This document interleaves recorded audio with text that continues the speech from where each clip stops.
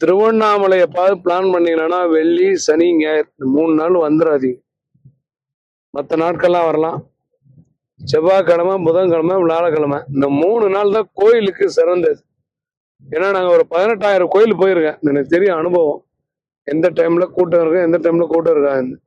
மதிய லஞ்ச் டைம்ல போங்க. ஒரு 11:30 12 மணிக்கு போங்க.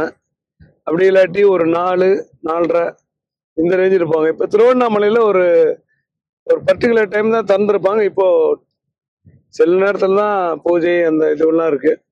இங்க சராசரியா திருவண்ணாமலை கோயில்ல வேலை பார்க்கக்கூடிய சராசரி ஊழியர்களே ஒரு நாளைக்கு வெள்ளி சனி ஞாயிறு இந்த 3 நாள்ல குறைஞ்சது 5,000 இருந்து 50,000 வரையும் சம்பாதிக்கிறாங்கண்ணா. சாதாரண ஆளு அப்படின்னா ஒவ்வொரு போஸ்டிங்க்கு எவ்வளவு போகுன்றதை பாத்துங்க.